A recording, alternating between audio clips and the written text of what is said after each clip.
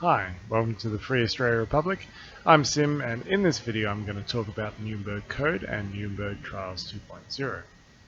Back when 2020 started, the world was presented with images of people collapsing in the street with a new coronavirus that emerged from within Wuhan, China. A global pandemic was declared shortly after, but what many awake people found was that this pandemic closely resembled the outcomes from Event 201. This pandemic scenario was held in October 2019, where the World Economic Forum, Johns Hopkins University, and Bill and Melinda Gates Foundation hosted a role-playing exercise where an international-level event had occurred exactly as described in great detail in the 2010 Rockefeller document, Scenarios for the Future of Technology and International Development.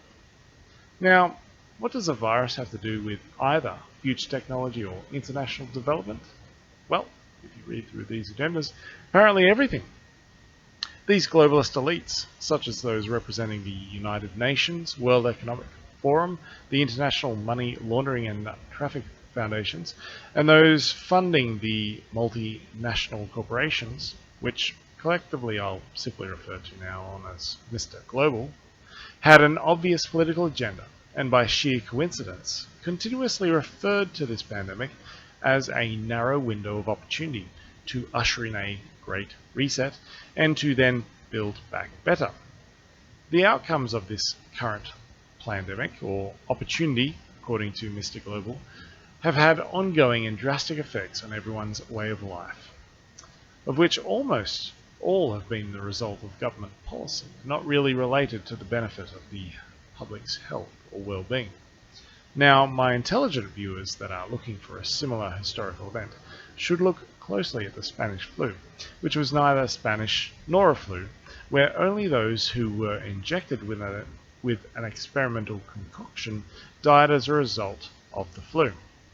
What is different between the Spanish flu and the current pandemic, though, is that there is an international legal precedent that covers the requirement to apply voluntary informed consent to any medical experiment or procedure, primarily based on the Nuremberg Code and original Nuremberg Trials. I encourage you to check out my previous video on the original Nuremberg Trials, mainly for context, but also as a foundation to understanding what is exactly going on with the new Nuremberg Trials 2.0 already underway. So let's have a quick look at the Nuremberg Code and how it applies to the current situation. The Nuremberg Code was a result of reported war crimes during World War II being prosecuted in an international court to ensure that crimes against humanity, such as forcing a medical procedure on another human being, were able to be punitively judged based on the person's involvement and intent. Crimes against humanity also includes the international prohibition of slavery, genocide, torture, and piracy, and outlines the duty of each governing body to support the humanitarian interest of their representatives. This means that each of the 193 countries that signed an agreement to abide by the Human Rights Charter and Universal Declaration of Human Rights has an obligation to uphold the Nuremberg Code for crimes against humanity. With the legal precedent of the original Nuremberg trials, if convicted of a serious offence or breach, the offender could be punished by life imprisonment or death by execution. So, I want to be clear here. The Nuremberg principles apply to anyone that is in a position where they have breached one of the Nuremberg codes, regardless of if that person is involved in an official capacity or not. I was just doing my job, or following orders, is not a valid excuse. Anyone that intervenes in a medical experiment or procedure through any element of force, fraud, deceit, duress, overreaching, or other ulterior form of constraint or coercion is guilty of breaching the Nuremberg Code. This also includes providing any information or advertising that does not allow for the full, informed, and voluntary consent of the human subject. Now, let's look at those 7 elements of intervention to the current medical experimental procedures or injections currently being rolled out by Mr. Global. So force is the use of physical power or violence to compel or restrain someone. Anyone engaged in a method of using force or violence to compel another human to partake in an experimental injection is guilty of breaching the Nuremberg Code. Fraud is a deception committed in order to induce another to give up possession of property or surrender of rights. Anyone using fraud in order to persuade or corral someone to take part in an experimental injection is guilty of breaching the Nuremberg Code.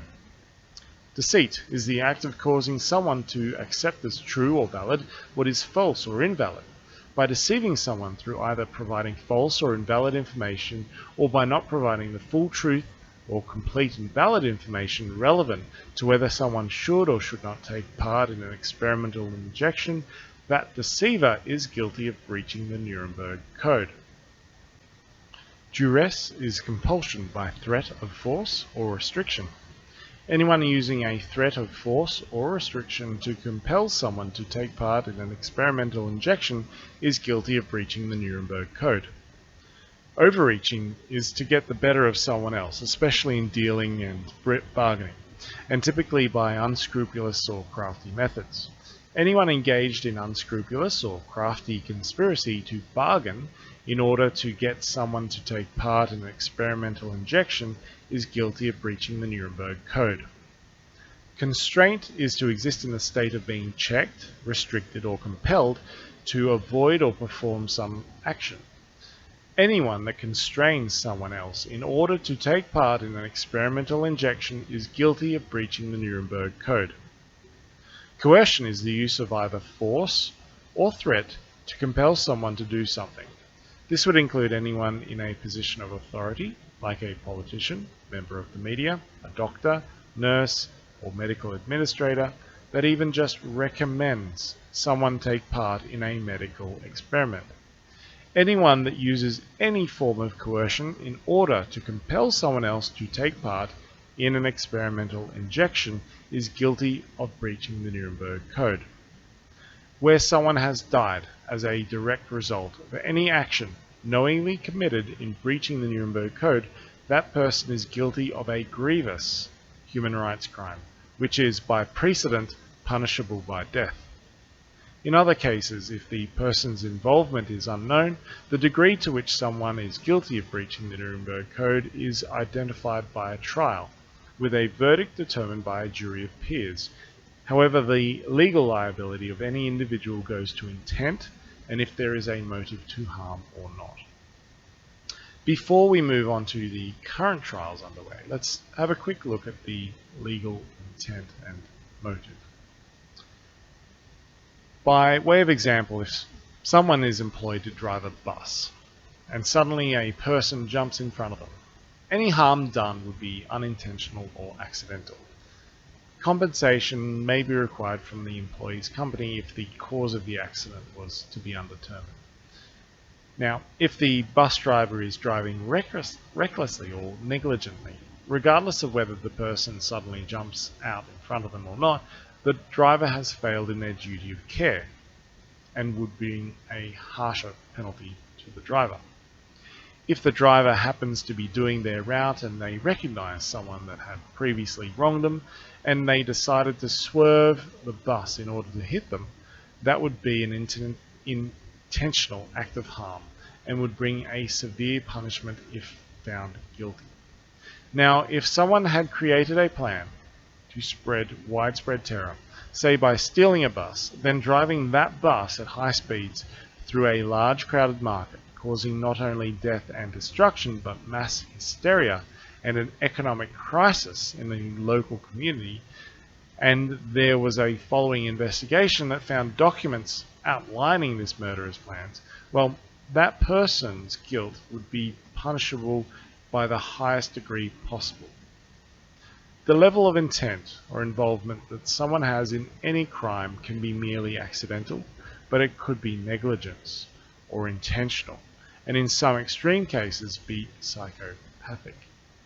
So, in the context of a medical experiment, if a nurse is physically administering an injection while providing full informed and voluntary consent as per the Nuremberg Code and stating clearly that there is the real and likely possibility of death to the human subject. But every single participant dies following the completion of the experiment as a direct result of that experiment. That nurse is on the face of it not guilty of breaching the Nuremberg Code, as they have followed the requirements of international law and allow for fully informed consent. On a side note, however, also according to the Nuremberg Code, if any human subject dies before the completion of the experiment must be stopped and no further experimental injections can take place until the cause has been fully identified and remediated. If those involved in running the experiment do not cease the experiment immediately if a human subject has experienced unnecessary physical or mental suffering, they are guilty of breaching the Nuremberg Code with malicious intent. In addition to a nation's commitment to the International Human Rights Charter, many countries have a constitution that defines special considerations that are relevant to crimes against their own people, most of which detail the crimes of misprision of treason, high treason, and malfeasance against their citizens, natural inhabitants, and also those governing authorities acting within the interest of the people they represent. Effectively, treason includes causing or committing a war crime to happen against your own people. In Australia, under the original 1901 Constitution, these serious crimes, if performed by a sworn-in official, that is, under oath, they could be punished with the death penalty. While the 1914 Crimes Act replaced the death penalty with life imprisonment as the maximum penalty that an Australian court could sentence, this was not passed by a referendum, so may not be a legitimate change to the penalty for a crime against the people under the original Constitution. Many other Commonwealth nations have similar constitutional challenges that create for a lawful solution to these murderous traitors. At this time in Australia, any person that is involved in or supports the restriction of Australian people's natural freedoms, as is enshrined in the original 1901 Constitution, unless those are changed by a referenda, they are guilty of treason. This includes those in Parliament, media, medical institutions, the judiciary, the police, military, and even private enterprise. So, we've covered how the Nuremberg Code and principles apply to the current worldwide experimental injection rollout, and actions that would be found criminally negligent or criminally liable as crimes against humanity under this code. So now we'll move on to the current Nuremberg Trials 2.0 that are underway. On July 4th, 2021, the Nuremberg Trials 2.0 were officially announced by Rainer Fulmisch as part of hearings held by the International Criminal Court, and that they will be run via the common law courts in Commonwealth nations and under a grand jury or people's courts in other nations. The conclusive and exhaustive evidence of the harm currently being done by the experimental injections produced by Moderna, BioNTech, Pfizer, Johnson & Johnson, and AstraZeneca has already been submitted to the Coronavirus Investigative Committee to the International Criminal Court. These trials will source all evidence of criminal involvement from the top down, with conspiracy to commit widespread genocide, whilst incriminating everyone from the bottom up that has perpetuated crimes against humanity. Under the common law used in most Western countries, in identifying these wrongs committed, or torts as is described by the law, criminal liability is applied if any official is involved in fraud where that official has substantiated, continued, or applied this fraud, and this has caused harm to men, women, or children as a result.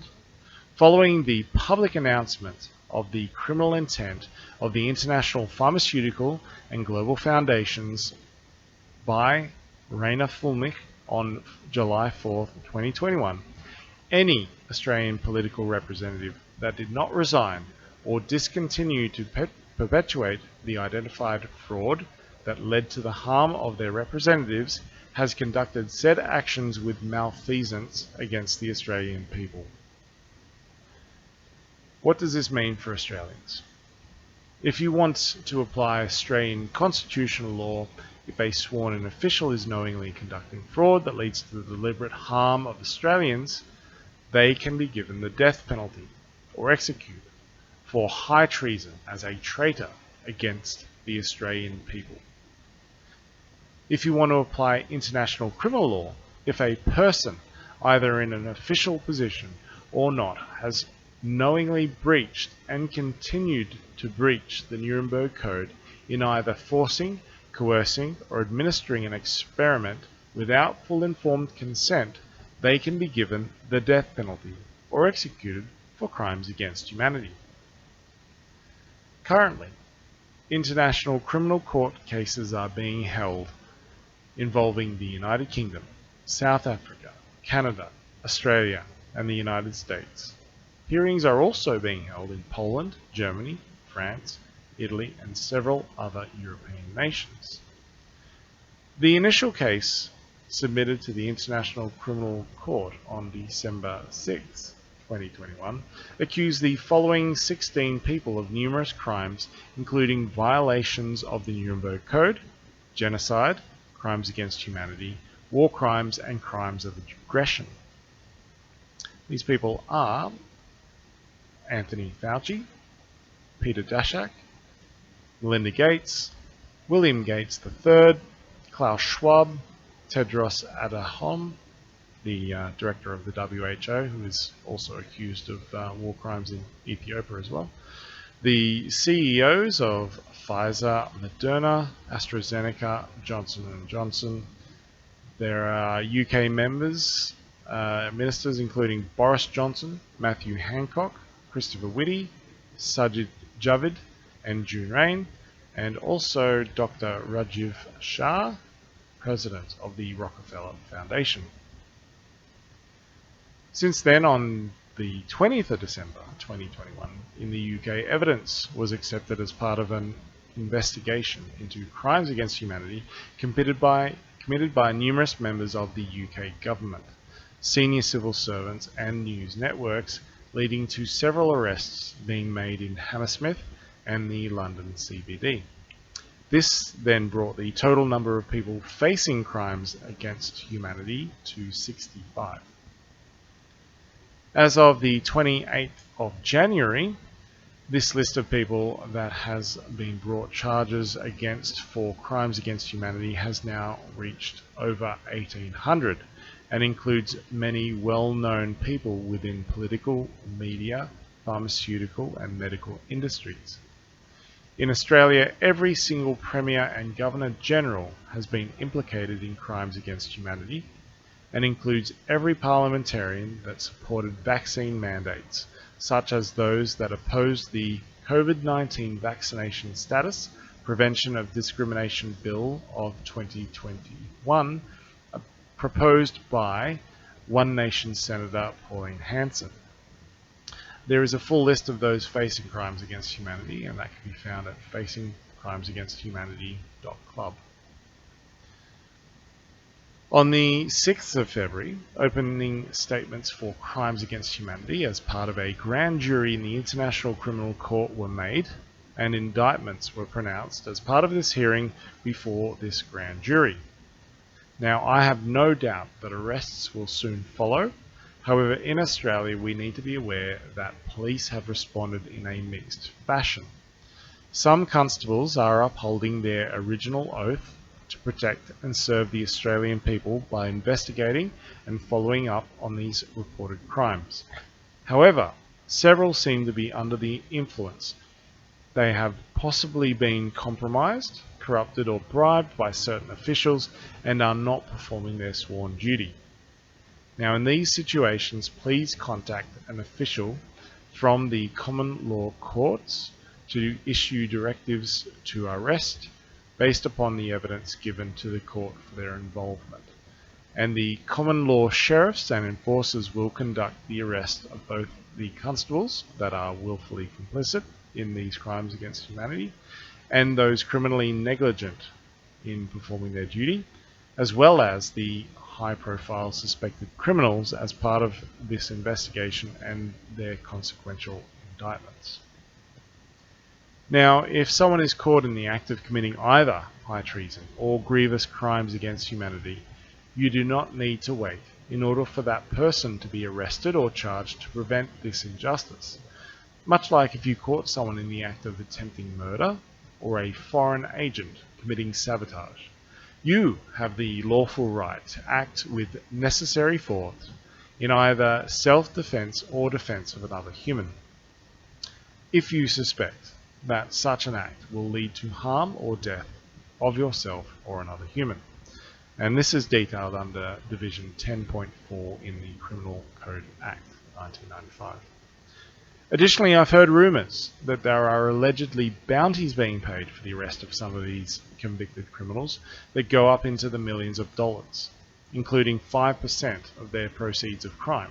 So if you've been fired as a result of the criminal activities of these tyrants and traitors to the Australian people, this may well be worth looking into. Finally, in Canberra, Australia's lost capital, there are several 100,000 people from all over the country currently actively involved in removing all unlawful mandates and the corrupt criminal politicians. Those sitting in Parliament that are guilty of crimes against humanity or treason are in a very precarious situation. Any person that has been previously served with evidence of guilt by the Australian people for serious crimes and have not resigned, apologised, provided justification or evidence of innocence, and ceased any suspected criminal activities, they have forfeited their right to life and liberty and can be arrested and punished according to international law.